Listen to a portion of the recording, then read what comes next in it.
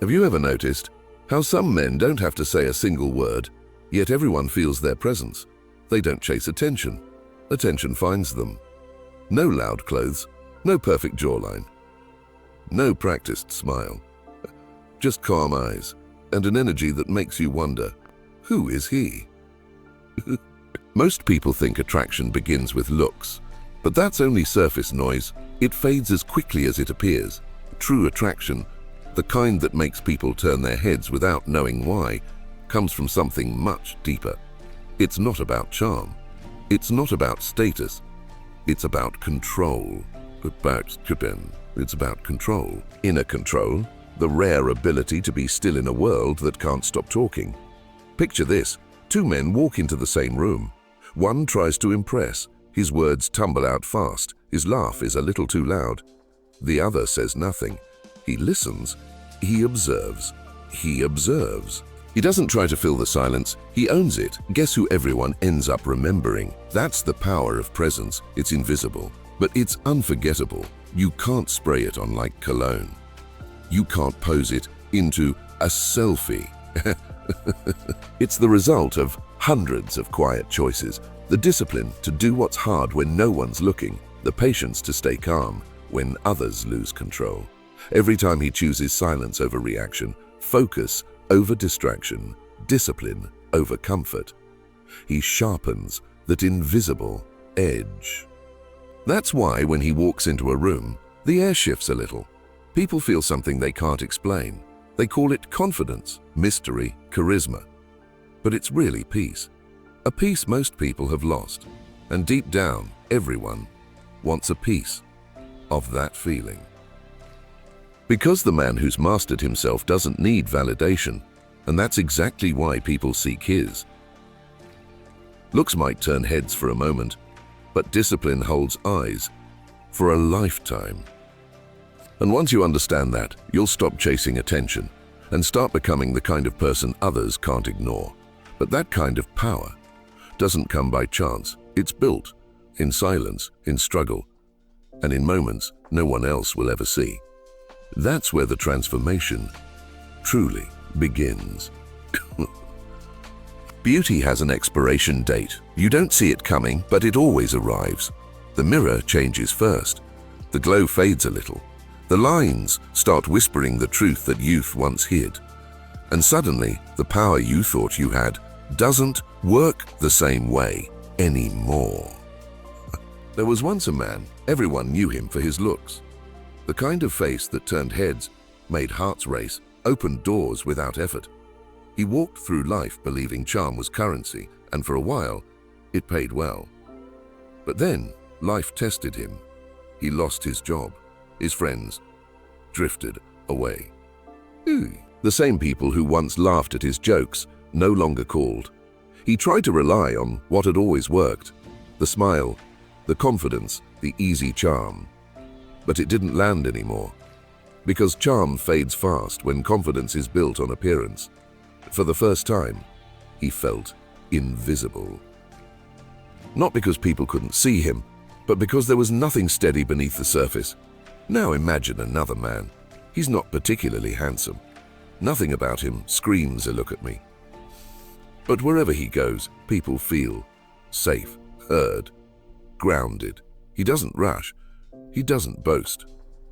He doesn't boast. His words are simple, but his energy is steady, like an anchor in a storm. When things fall apart, he doesn't panic. When people gossip, he doesn't react. His calm makes others question their chaos. And slowly, people start turning to him, not because he demands attention, but because he commands it without trying. That's the difference between appearance and presence. One depends on light, the other creates it. Looks attract eyes. Presence attracts respect. Respect. The first man had attention, but it was fragile, built on admiration that could vanish overnight. The second man had stillness, built on years of discipline, control, and quiet confidence. His value wasn't printed on his face, it lived in his character. When looks fade, presence remains. Because presence isn't skin deep, it's soul deep. It's the quiet energy of someone who doesn't need to prove anything. The kind of man who could walk through chaos and still breathe evenly. And that is what people truly crave. They may not say it out loud, but deep down, everyone is drawn to stability, to someone who radiates control in a world that's always losing it. And once you understand that, you stop trying to look impressive and start becoming unshakable. But that kind of calm power doesn't appear by luck. It's trained, it's earned through discomfort, and through the daily discipline of mastering your emotions. And that's exactly where we go next. There's a kind of strength that doesn't show in muscles or anger. It's quieter, more dangerous. Dangerous. It's the strength of a man who could destroy, but chooses not to. The ancient Stoics called it control, not the cold, emotionless control people imagine, but a deep, burning awareness of one's own power, held firmly in check. Marcus Aurelius, emperor of Rome, could have ruled with fear. Emperor of ruled with fear. One command, and entire cities would bend to his will. But instead, he ruled himself. He wrote, "You have power over your mind, not outside events." Realize this, and you will find strength. Epictetus was born a slave, yet somehow freer than most kings. They broke his body, but never his spirit. He taught that no one can hurt you unless you give them permission to, that the real battlefield isn't the world, it's your own reaction to it. And Seneca, the philosopher who lived among luxury and power, warned that comfort makes the soul weak. He practiced losing everything in his mind, every day, so that when life truly took things from him, he would already be ready. These men were living proof that calm isn't weakness, it's mastery. Because think about it, when everyone else loses control, the one who stays calm becomes the leader by default. People instinctively turn to those who seem grounded. It's ancient psychology. Our brains associate stillness with strength. In chaos, the calm person feels safe, powerful, magnetic. That's why when someone keeps their composure during conflict, they draw respect without demanding it. The Stoics understood this long before modern science did. They saw emotion not as the enemy, but as fire. Uncontrolled, it burns everything. Controlled, it forges steel. That's the Stoic secret. Controlled fire, a man who can feel everything, but doesn't let it rule him. He's not suppressing emotion, he's mastering it. He knows that real strength isn't found in shouting, but in the silence that follows restraint. Restraint. You can see it in his eyes, a steady gaze that says, "I've been through storms, and I'm still here." When he's angry, he pauses. When he's afraid, he breathes. When life tests him, he doesn't ask, "Why me?" He asks, "What can I learn from this?" That's what separates him from the crowd. People chase confidence, but Stoicism teaches something deeper. Command. Command over self, over thought, over impulse. And when a man commands himself, the world feels it. That's why some people walk into chaos and everyone quiets down. Not out of fear, but out of respect. Because their calm feels like gravity. And that gravity, that controlled fire, is what makes Stoic discipline more desirable than any good looks ever could. This kind of discipline doesn't come naturally. It's forged through trials, moments of pain, loss, and silence, where your only choice is to break or to build yourself stronger. And the men who choose to build become the kind you never forget. There was a time when wealth meant gold, status, and luxury. But today, in a world drowning in comfort and noise, luxury has changed its meaning. Now the rarest thing on earth is discipline. Think about it. Everyone wants success, peace, confidence, but almost no one wants to do what those things require. We live in an age where people can't sit still for 5 minutes without reaching for their phone, where comfort has become a cage, soft, invisible, and suffocating. But there are a few who choose differently. They wake before the sun, not to prove something to the world, but to prove something to themselves. They train their bodies not out of vanity, but out of respect. They speak less, but when they do, there's something magnetic about a person who doesn't need constant stimulation, who can be alone and not feel lonely. In a generation addicted to distraction, focus has become rare, and rarity always creates value. That's why discipline is the new luxury. The man who can say a no to temptation, to laziness, to instant pleasure, holds a kind of power money can't buy, because everyone else is chasing dopamine, but he's chasing purpose. Picture this: two men at the start of their day. One scrolls, half awake, letting the world decide his mood. The other stands beneath cold water, breathing through the shock, reminding himself that life isn't meant to be easy, it's meant to be lived with intention. One seeks comfort, the other seeks control. Guess which one people end up admiring, even if they don't understand why. Discipline has a presence. You can see it before a word is spoken, in posture, in stillness, in the quiet confidence of someone who does what needs to be done, whether they feel like it or not.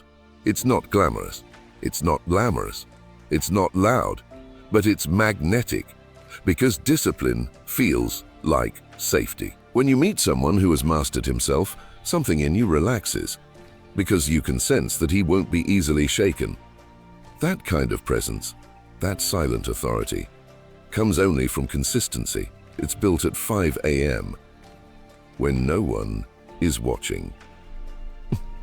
It's forged in restraint when anger whispers, react. It's strengthened every time you choose focus over distraction, work over comfort, patience over impulse. The world calls it boring, but secretly, everyone wishes they had it. Because deep down, we all recognize the truth. Freedom isn't doing whatever you want. Freedom is mastering the part of you that wants to quit. And when a man masters that, when his life moves with purpose instead of reaction, he becomes different. Not louder, not richer, but clearer. But clearer. That clarity, that unshakable discipline, radiates like light in a world that's forgotten how to stay still. And that's why in today's world, discipline isn't just power. It's the new luxury. But the story doesn't end there, because discipline is only the beginning. The question now is, what happens when that discipline is tested? Most men spend their whole lives chasing energy that was always meant to come from within. They chase approval, attention, validation. They orbit around people, trying to earn respect, affection, recognition, like satellites circling a sun that never shines on them long enough. But something changes when you stop chasing, when you turn that energy inward, when you stop asking, do they like me? And start asking, do I respect myself? Everything begins to shift. It's not instant. It happens quietly, like a tide turning under the surface. You begin to notice, you walk slower, you speak less. You don't feel the need to explain yourself. The noise of the world keeps screaming, but somehow it doesn't reach you the same way anymore, and that's when people start noticing you. Ironically, when you've stopped caring if they do, you stop orbiting people, and they start orbiting you, because your energy changes. You're no longer pulled by the gravity of approval. You've become the gravity. It's not arrogance, it's alignment. You've stopped outsourcing your power. You've reclaimed it. You don't need validation to feel whole anymore. And that's exactly why people trust you. They can feel that you're not performing for attention. You're grounded, real, unshakable. When you walk into a room, it's not your words that speak, it's your presence. That still quiet assurance that says, I know who I am. People lean in when you talk, not because you're loud, but because you're calm. They sense that your confidence doesn't depend on applause. It's self-sustaining. That's the power of the inward shift. You stop competing for light, because you've learned to generate your own. The man who once begged to be seen now becomes the one everyone notices. The difference? Energy. The first man burns himself out trying to be everything for everyone. V. The second burns steadily, quietly from a flame within. One lives in reaction, the other lives in creation, and people can feel that difference, even if they can't explain it. It's the reason some men command attention without speaking. Their calm doesn't come from pride. It comes from peace.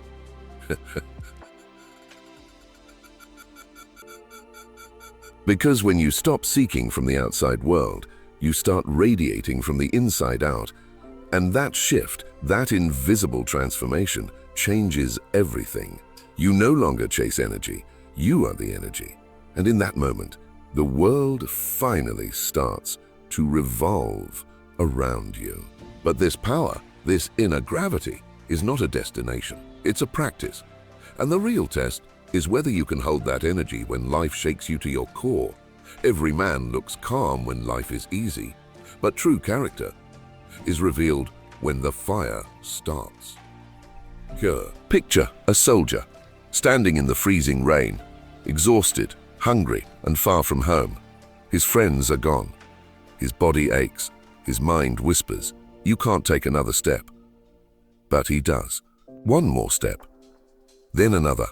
Not because he feels strong, but because he refuses to surrender.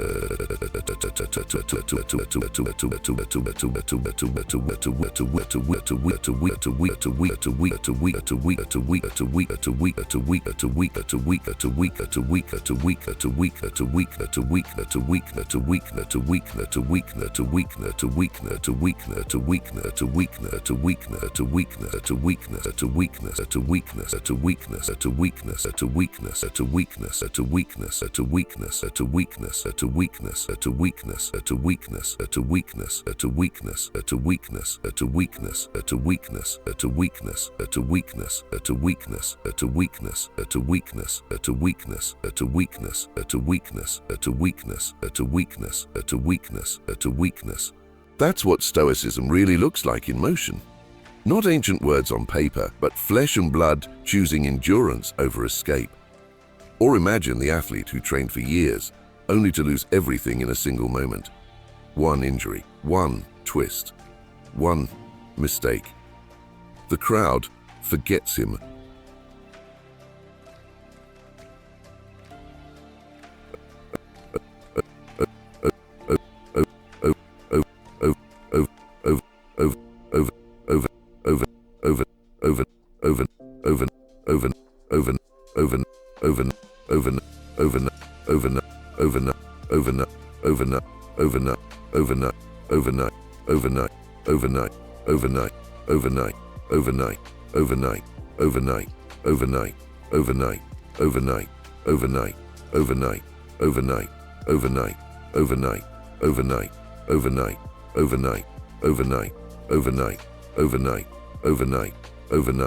Overnight. Fame vanishes, but instead of breaking, he rebuilds, slowly, silently, brick by brick, because pain is only permanent when you stop moving through it. Or think of the philosopher, Epictetus, born a slave, beaten, humiliated, mocked. They could chain his body, but they couldn't touch his mind.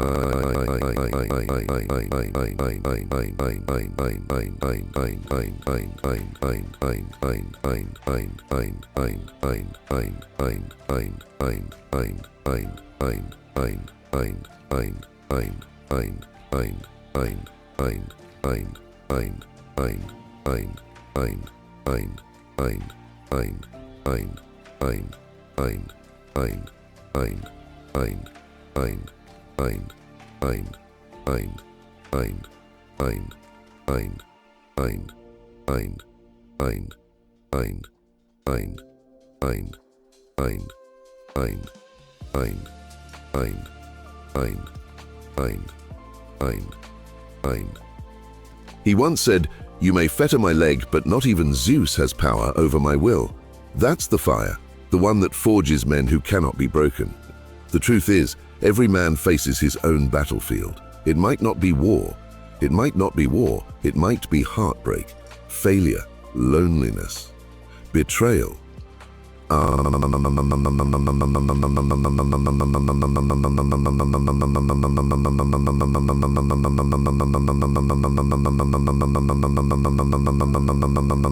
But the moment life hits, something inside you either shatters or solidifies. The Stoic doesn't avoid pain, he studies it. He lets it burn away what's weak. He doesn't say, "Why me?" He says, "Let's see who I become because of this." That's the difference. The undisciplined man lets pain define him.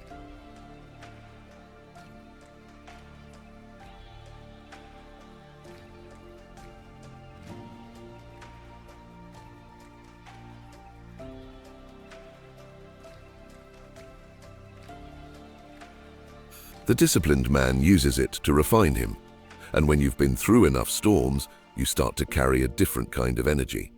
The world can feel it, that grounded, unshakable calm that comes only from surviving what others ran from.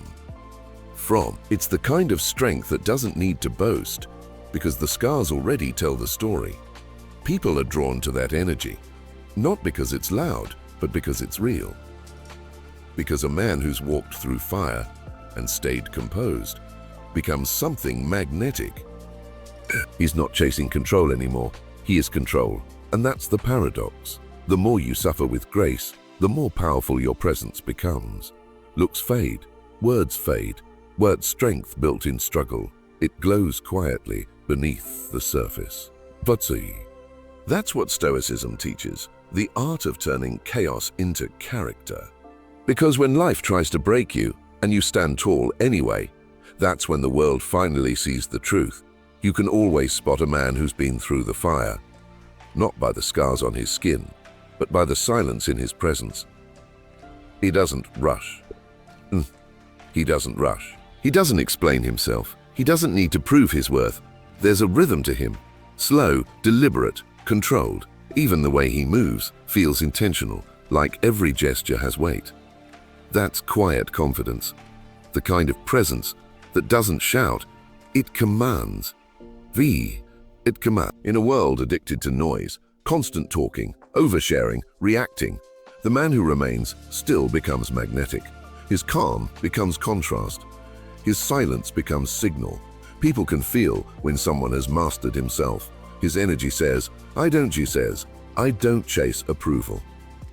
I generate it.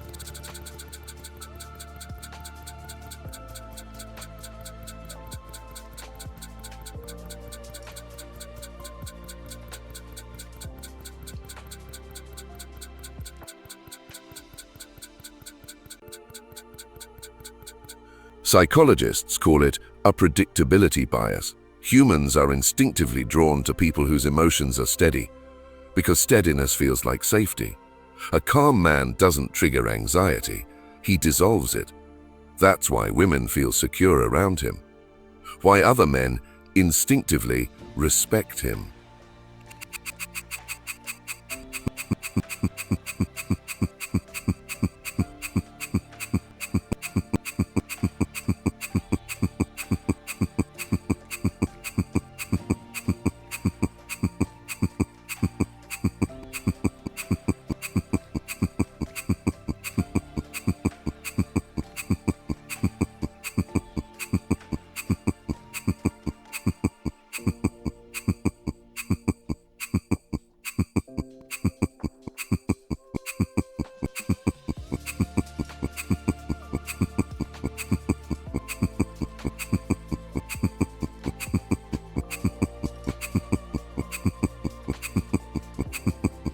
Because his control isn't suppression, it's understanding.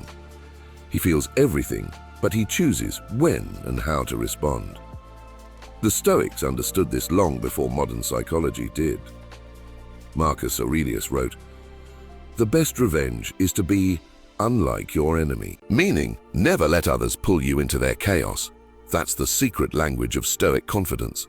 Slow movements, because haste signals fear. Measured speech, because the wise man knows silence can't be misquoted. Unchanged expression. because nothing outside should control what's inside. Watch any truly disciplined man, and you'll see it, a stillness that speaks louder than words. He doesn't interrupt, he observes, and when he finally speaks, every word lands with the weight of presence. People listen, not because of volume, but because of vibration. And that's the paradox of real power. The quieter you become, the more people lean in. Stoic confidence isn't about being emotionless. It's about emotional precision. It's knowing that chaos outside can never shake the calm within. So when others shout to be seen, you whisper, and somehow everyone still hears you. That's the language of the Stoic mind. Silent, stable, unshakably confident. And as the noise of the world grows louder, it's the man who masters quiet, who becomes unforgettable. Scroll through any social feed today, and you'll see it. Perfection, smiling faces, chiseled jaws, expensive watches, empty captions about a confidence. But here's the truth no one admits. It's not confidence they're selling, it's the illusion of it. The modern world rewards appearance, not essence.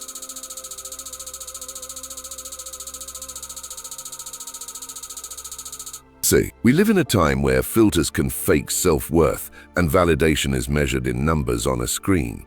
Everyone wants to look powerful, but few have the patience to become powerful. The trap is subtle. You start comparing yourself, your body, your car, your success, to an image that isn't even real. You forget that attention is cheap and character is priceless. The man who chases approval becomes exhausted. He polishes his reflection but ignores his foundation. Yet, the Stoic stands apart.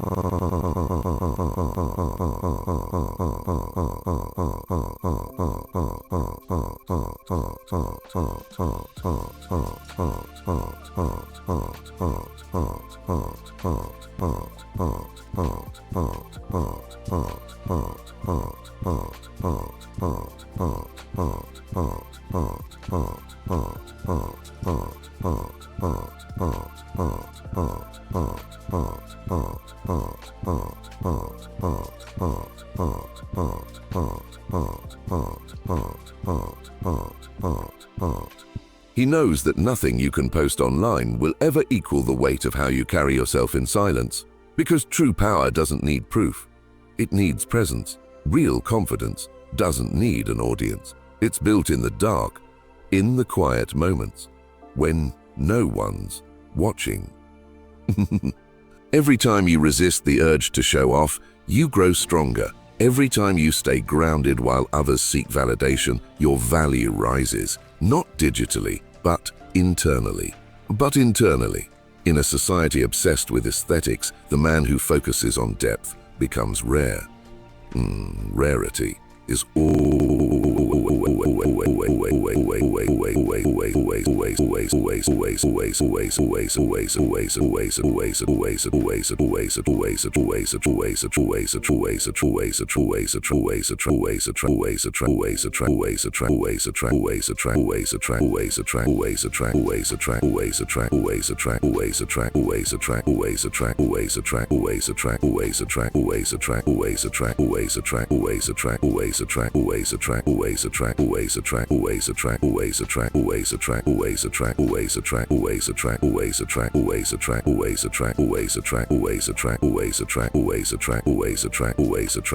attractive. So next time you scroll and feel like you're behind, remember, you're not meant to compete with images. You're meant to transcend them. The Stoic man doesn't live for the camera. He lives for the moments that never get posted, the quiet victories, the self-control, the inner strength that no filter can capture. Because in the end, it's not the image that defines the man, it's the silence behind it.